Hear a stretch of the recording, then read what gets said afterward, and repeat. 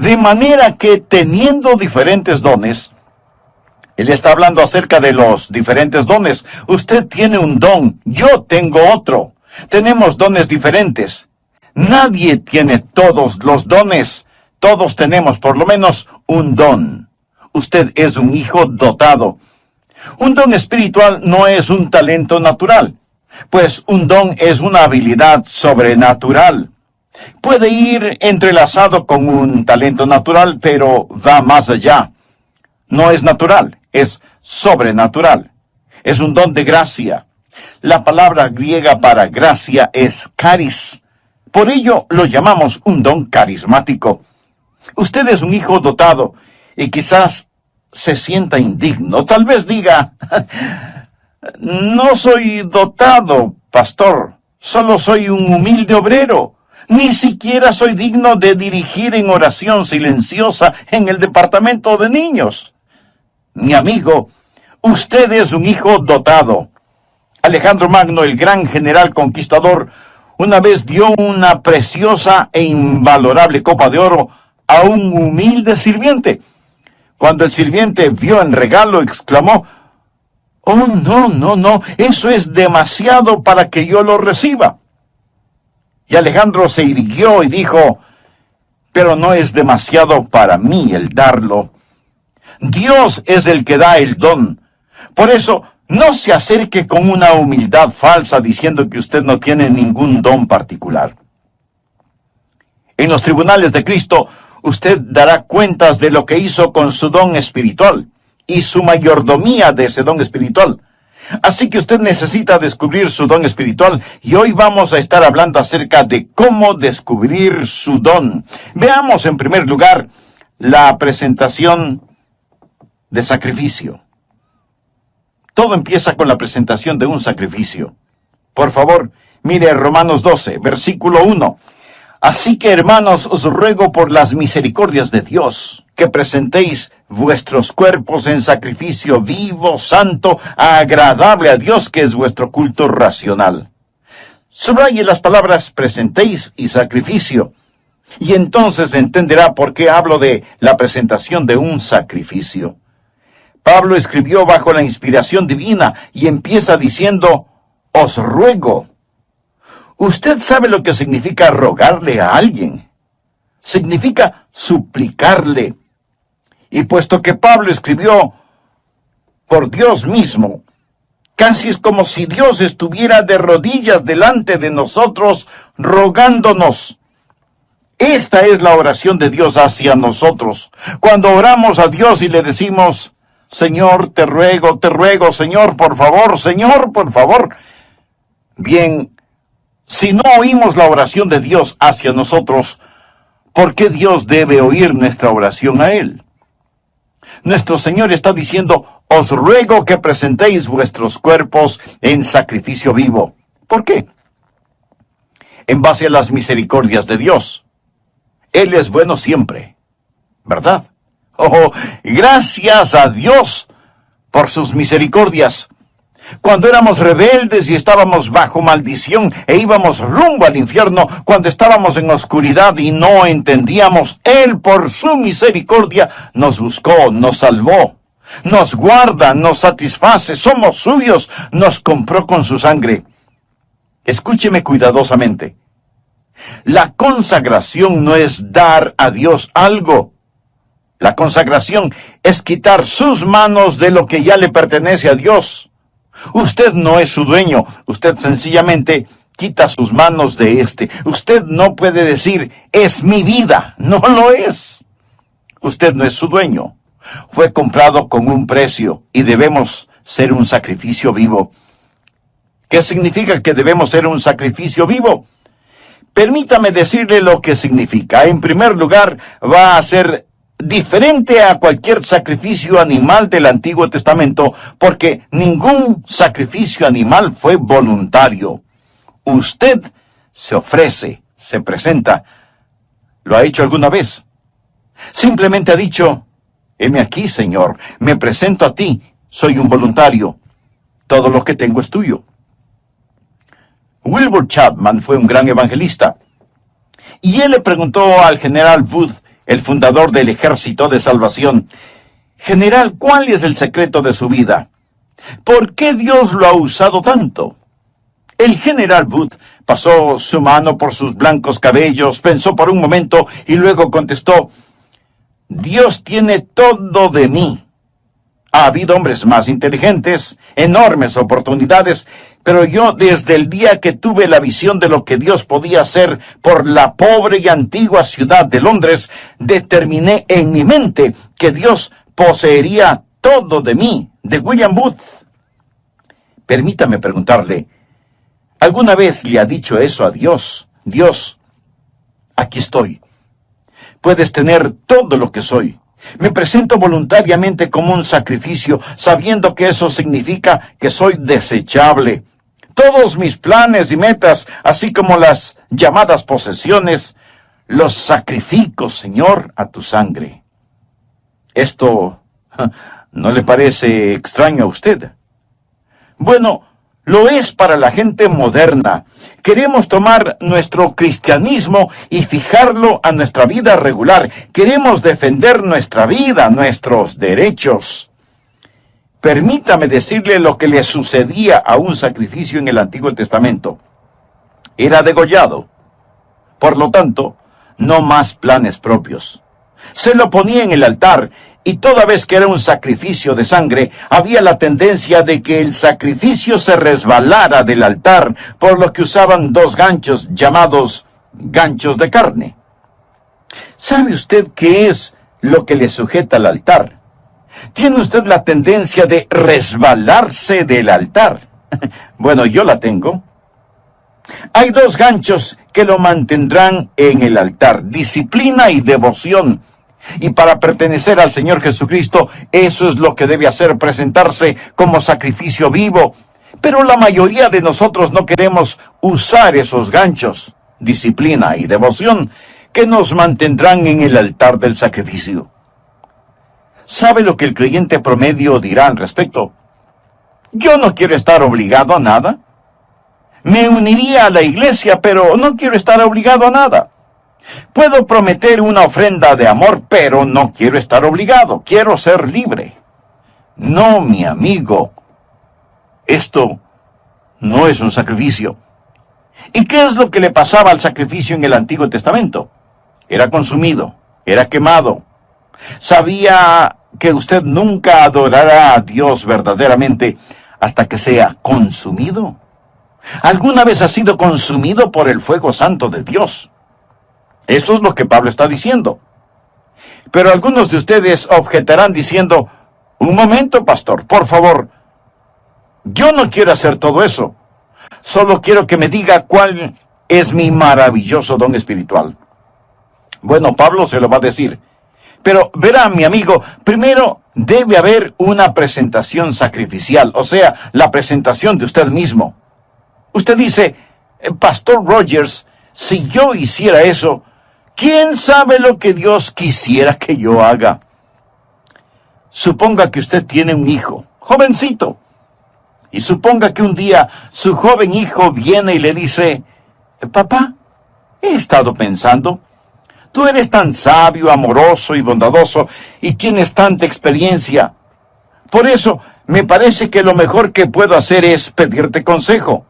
Y lo que tú me digas que debo hacer, eso es lo que haré. Y lo haré de todo corazón. Dime qué quieres que haga, dónde quieres que vaya, qué deseas que estudie, quiénes quieres que sean mis amigos. Lo que me digas, lo haré. Y usted piensa: mi hijo debe tener calentura. Pero suponga que en verdad quiere hacer lo que usted le pide. Así que usted va donde su esposa y le dice: parece que a nuestro hijo lo tenemos en las manos. Él se va a arrepentir de haberme dicho que hará cualquier cosa que yo le pida.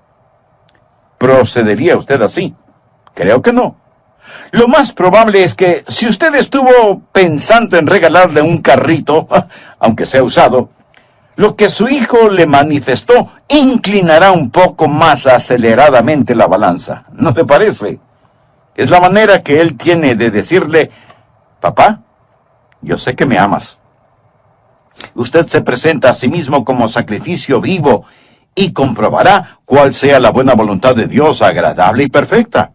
No tenga miedo de entregarse a Él, ni de decir, heme aquí, Señor, me entrego totalmente a ti. Ese es el primer principio, la presentación de un sacrificio. El segundo principio es, habrá una transformación espiritual. Después de la presentación viene la transformación. Mire por favor el versículo 2. No os conforméis, es decir, no se dejen amoldar a este siglo, sino transformaos por medio de la renovación de vuestro entendimiento, para que comprobéis cuál sea la buena voluntad de Dios, agradable y perfecta. Una transformación.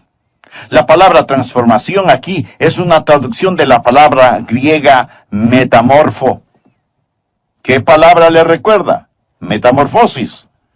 Y esta es la transformación. Usted pasará por una metamorfosis. Como una oruga entra en un capullo y pasa por una metamorfosis, y ese feo gusano que entra en ese capullo sale como hermosa y gloriosa mariposa. ¿Por qué? Porque ha pasado por una metamorfosis que literalmente significa un cambio de forma. Y cuando usted se presenta de esa manera a Dios, amigo, usted va a tener una metamorfosis. La palabra describe literalmente lo que pasa cuando la naturaleza interna sale a la superficie. ¿Cuál es la naturaleza interna de esa oruga? Es una mariposa. ¿Sabía que esta es la palabra que se usó cuando Jesús fue transformado en el monte de la transfiguración? ¿Recuerda la historia? Él subió a esa montaña con Pedro, Santiago y Juan, y allí la Biblia dice que él fue transformado, transfigurado. Es exactamente la misma palabra que se usa aquí. Por ello, se le llama el monte de la transfiguración. Jesús pasó por una metamorfosis. ¿Recuerda lo que dije? ¿Qué es una metamorfosis? Es cuando la naturaleza interna sale a la superficie. ¿Cuál es la naturaleza interna de Jesús? Gloria. Cuando Él pasó la metamorfosis, su gloria salió a la superficie. Su rostro resplandecía como el sol de mediodía. Su vestidura era blanca como la nieve. El fulgor del Señor Jesucristo estaba allí siempre, pero lo que estaba en la naturaleza interna pasó por una metamorfosis. Y la naturaleza interna salió a la superficie como la naturaleza interna de una oruga, una mariposa. La naturaleza interna de Jesús es gloria. Una pregunta. ¿Cuál es su naturaleza interna si es salvo? Jesús. Jesús. Él es su naturaleza interna. Y cuando usted se presenta a Él como un sacrificio vivo, una transformación espiritual toma lugar. El Jesús que es residente en usted se convierte en el Jesús presidente en usted. El Jesús escondido en usted es el Jesús revelado en usted. Y hay un cambio divino y usted no es moldeado por este mundo. Y este mundo que camuflaría, borraría y escondería su naturaleza interna, esos grilletes se rompen. Y Jesucristo sale de usted. Y usted tiene un cambio divino que le da la mente de Cristo. Se renueva en el espíritu de su mente. Usted nunca entenderá realmente su don espiritual sin la mente de Cristo, sin una mente renovada. Y si usted está intentando descubrir su don espiritual sin presentarse voluntariamente como sacrificio, con razón que no sabe cuál es su don espiritual. ¿Sabe por qué usted no sabe cuál es su don espiritual? Porque su mente no está renovada.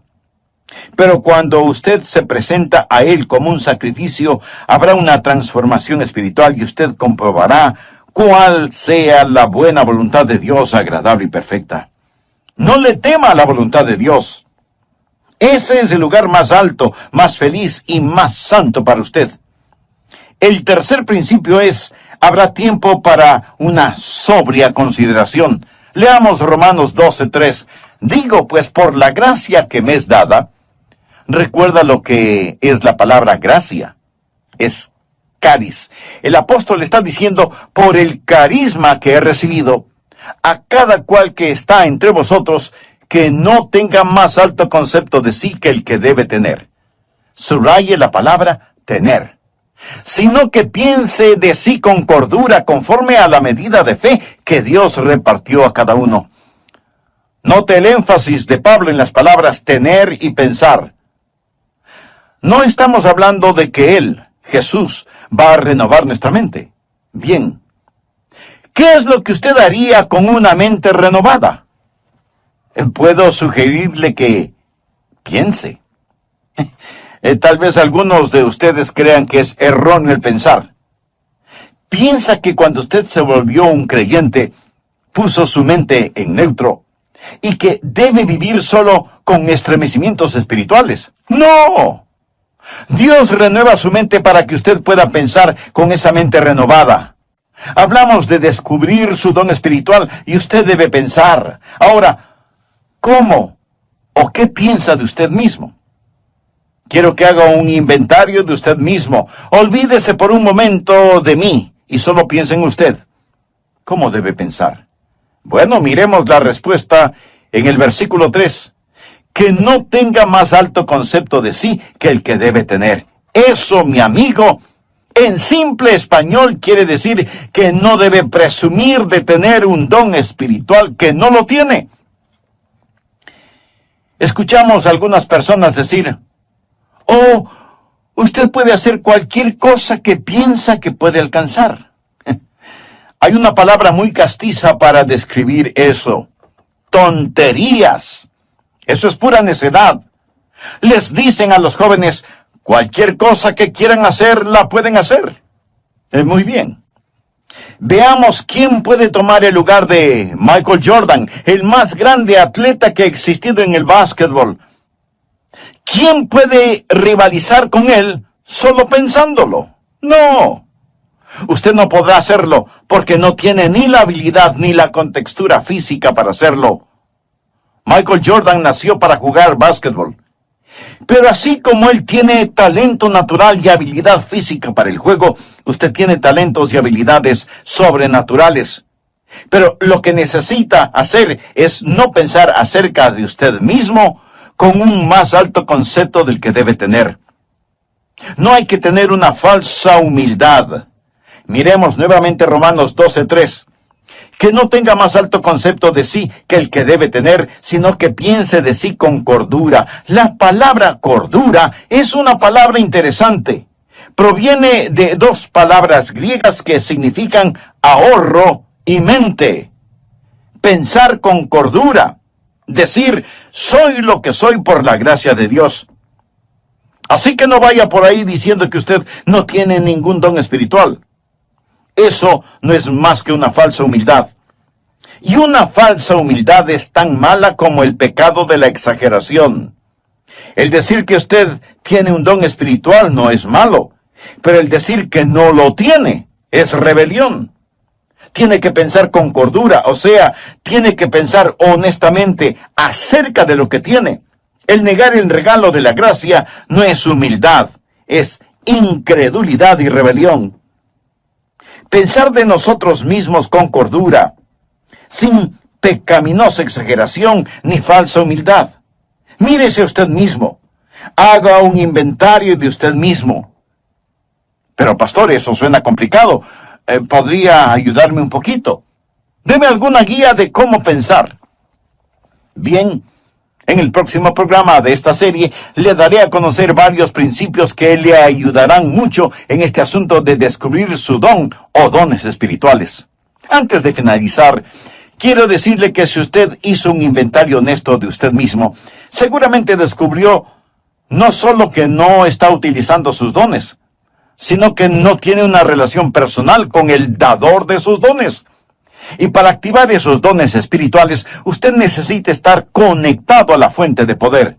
Si ese es su deseo, le invito a orar de la siguiente manera.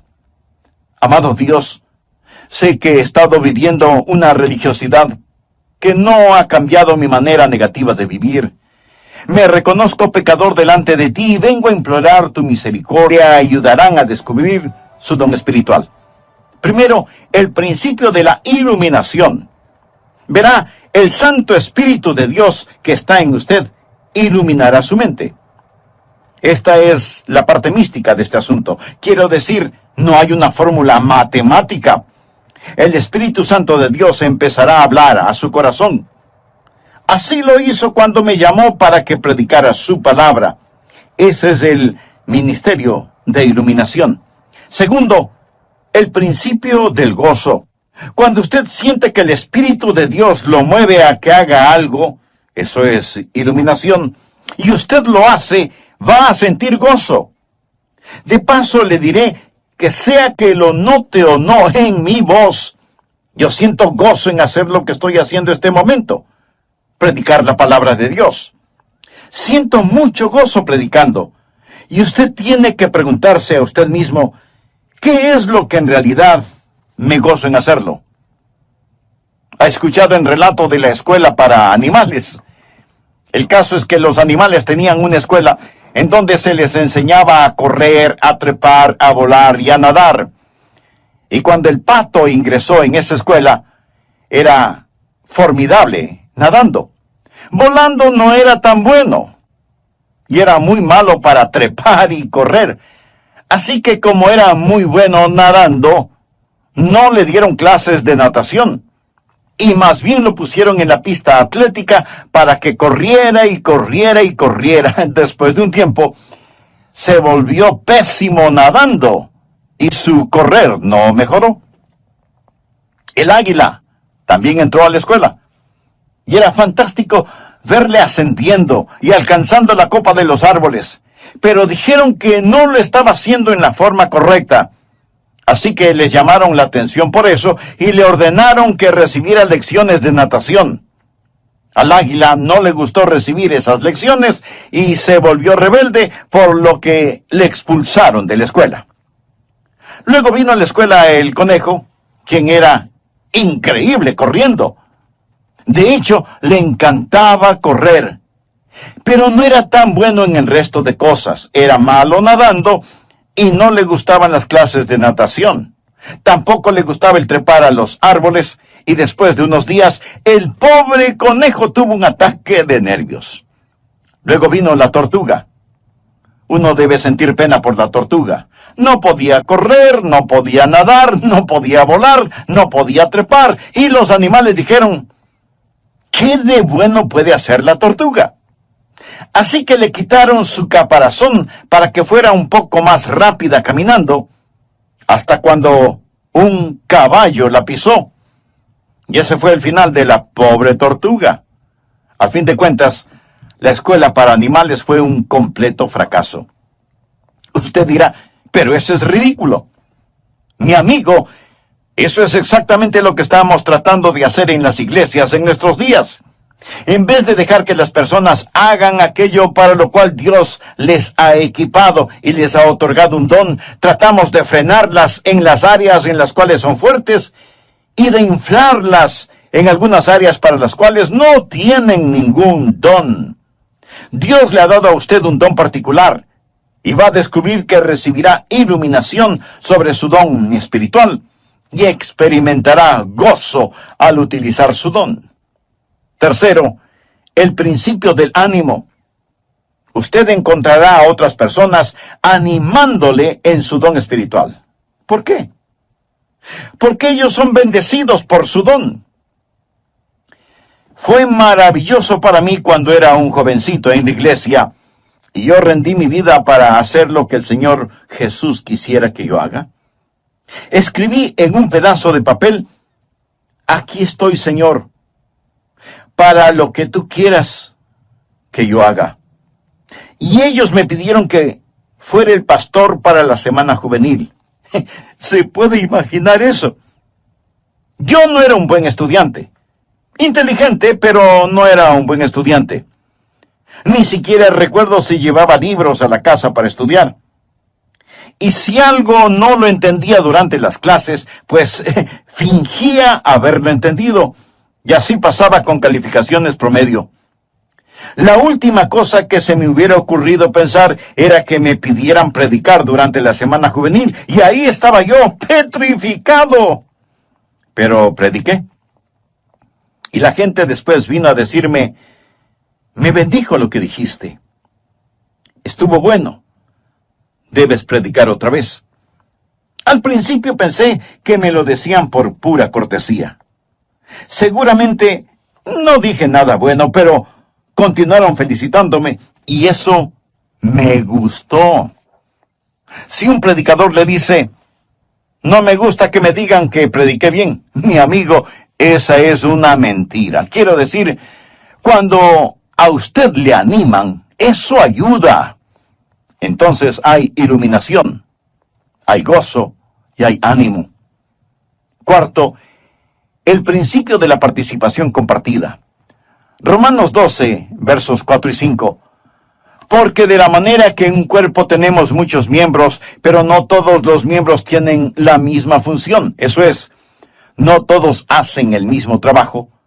Así nosotros, siendo muchos, somos un cuerpo en Cristo, y todos miembros los unos de los otros.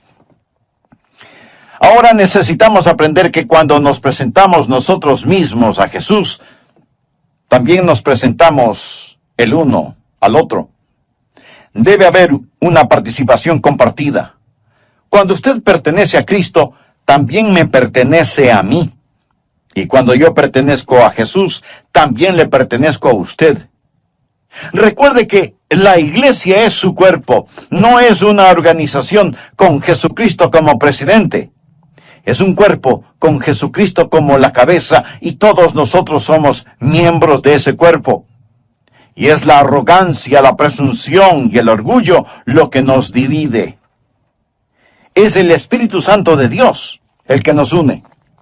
Así cuando descubrimos nuestro don, debe haber una participación compartida. Ahora, los dones de todos no son tan obvios. Quiero decir, usted está escuchando por medio de mi voz lo que tengo en mi mente, no lo que tengo en mi hígado. ¿No es cierto? Usted no está pensando, el hígado del pastor está funcionando bien este momento. No. Pero déjeme decirle que si mi hígado no estuviera funcionando bien, yo no estaría predicando en este programa.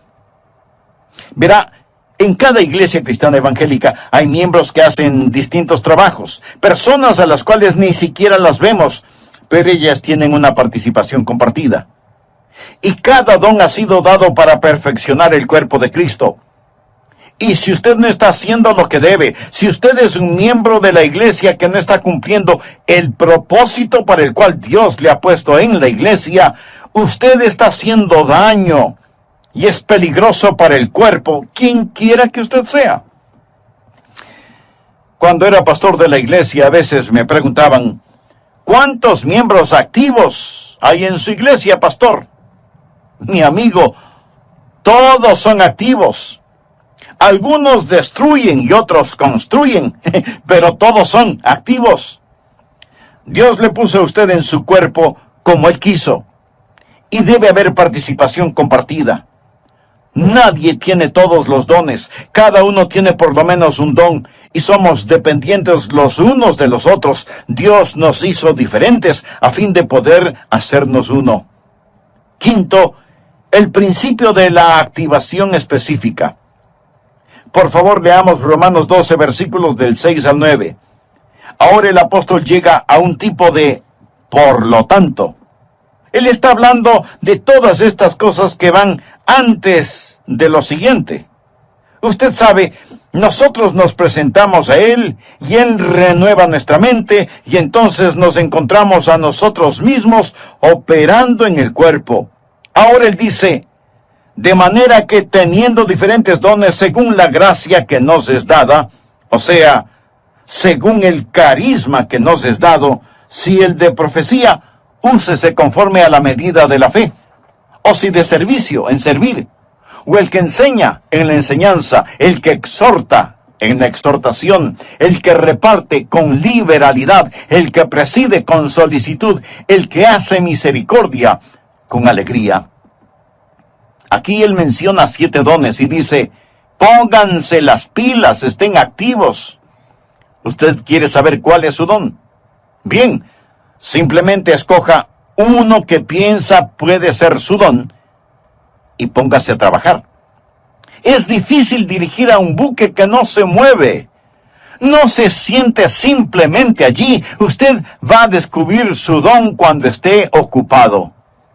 Él dice, profecía, úsese conforme a la medida de la fe. Es decir, usted puede tener no mucha fe, pero la tiene conforme a la medida de fe que Dios repartió a cada uno. Tome lo que tiene y póngalo a trabajar. Leamos una vez más rápidamente estos 7 dones. Veamos si puede detectar el suyo. 7 dones, aquí mismo. Primera de Corintios capítulo 12 menciona más dones, pero aquí en Romanos 12, primeramente habla acerca de la profecía en el versículo 6. ¿Lo ve usted? Mírelo, bien. ¿Qué es profecía? El don de profecía es declarar la verdad. Si usted tiene el don de profecía, se encontrará, por ejemplo, sirviendo en el ministerio de las prisiones, trabajo misionero. Se verá quizás enseñando una clase, pero usted se va a encontrar enseñando. Usted va a tener un deseo de poner persuasión y será persuasivo. Y usted moverá a las personas a la acción. Y luego menciona en el versículo 7, servicio.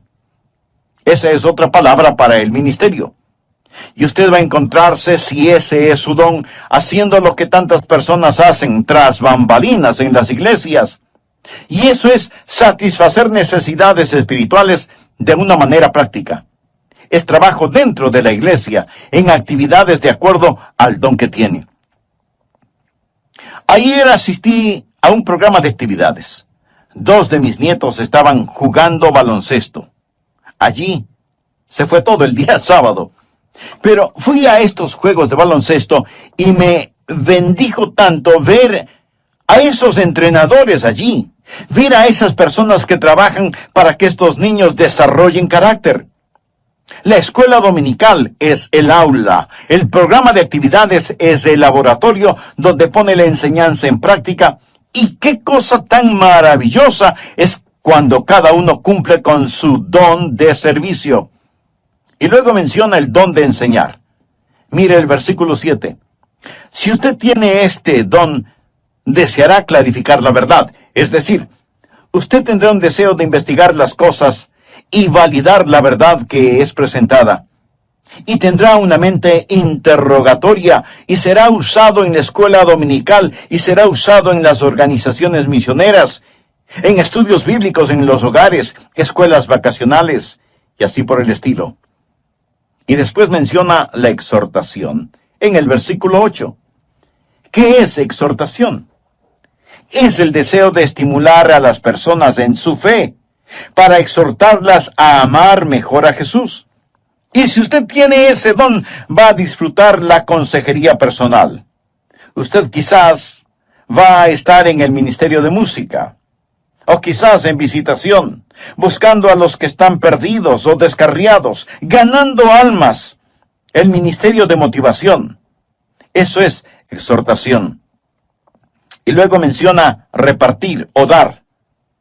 A todos se nos manda dar, pero algunas personas tienen el don de dar. ¿Y qué es eso? Es la motivación de encomendar a otros los recursos personales para que la obra de Dios pueda continuar. Sabe tomar decisiones.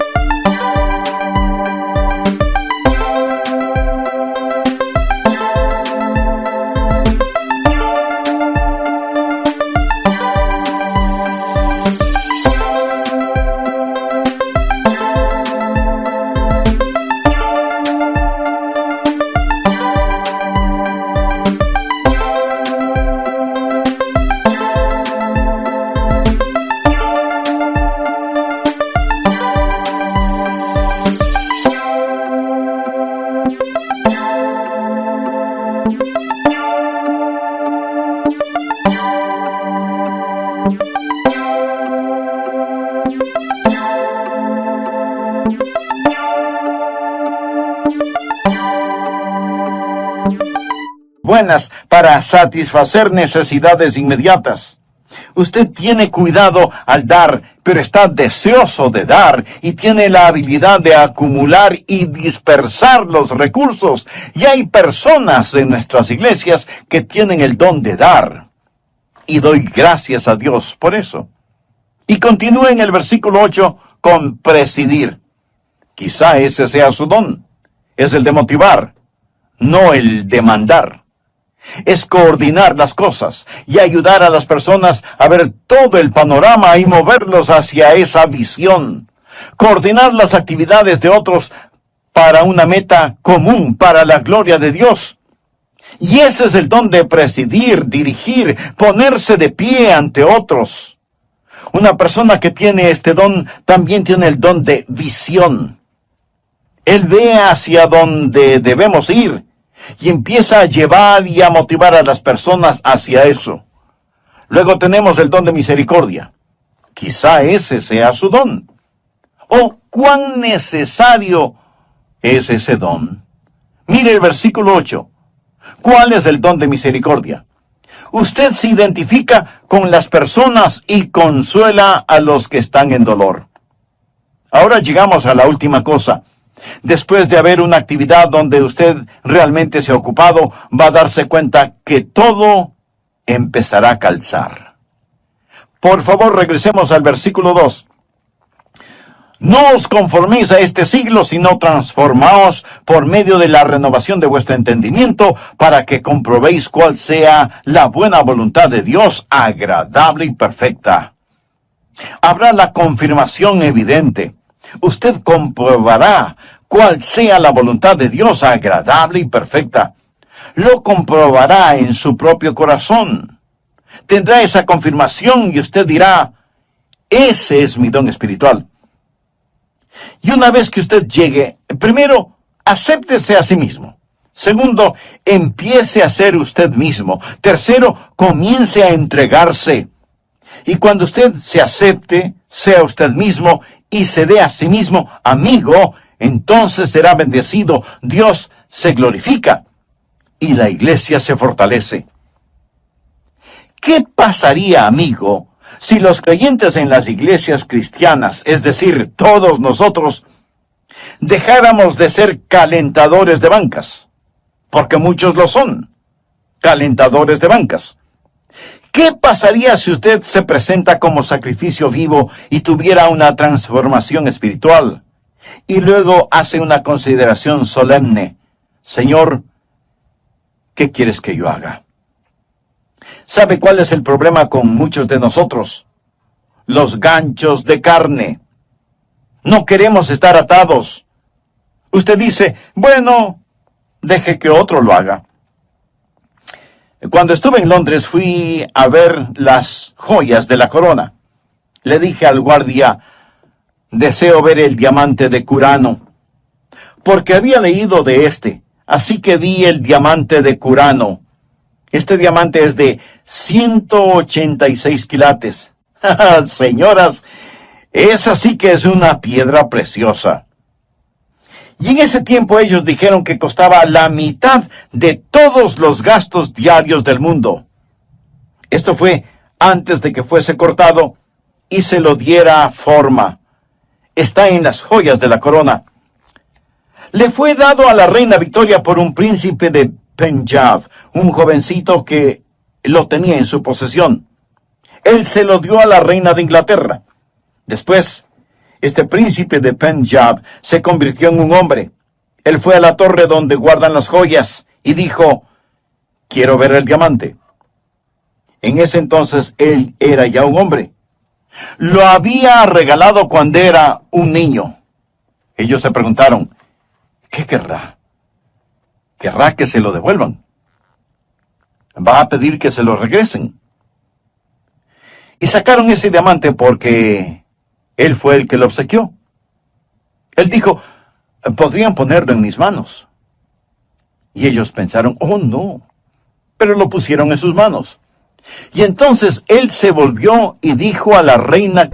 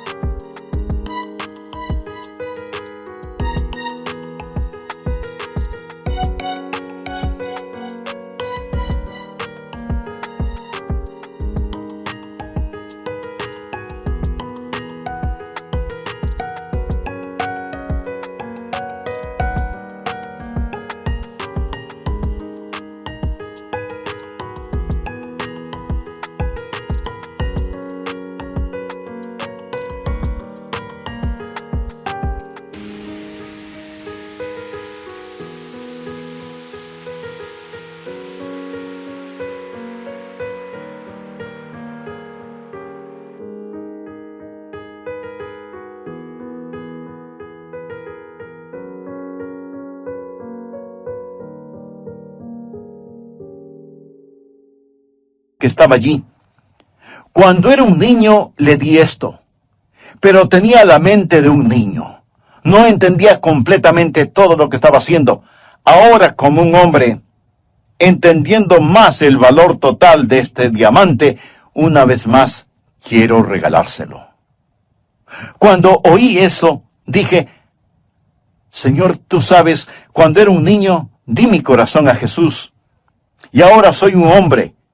Yo no entendía todo lo que estaba haciendo, mas fue de corazón. Pero una vez más, quiero darte mi vida. ¿No se siente así a veces? Señor, por tus misericordias, me presento como un sacrificio vivo. Y cuando lo hace, ese es el primer paso para descubrir su don espiritual. Quiero que lo haga. Estará tan feliz de haberlo hecho. Hay otros de ustedes que no son salvos. Usted no puede presentarse hasta que no se presente como un pecador que necesita ser salvo y diga, Señor Jesús, tú moriste para salvarme y prometes salvarme. Me entrego a ti y sálvame. Hemos estado hablando de cómo descubrir su don espiritual, pero a lo mejor hay otro descubrimiento que usted necesita hacer, y es el recibir la vida eterna. Descubrir su destino, descubrir a Cristo como Salvador y Señor en forma personal. Él le ama con un amor infinito y hoy extiende hacia usted su mano de misericordia, gracia y perdón.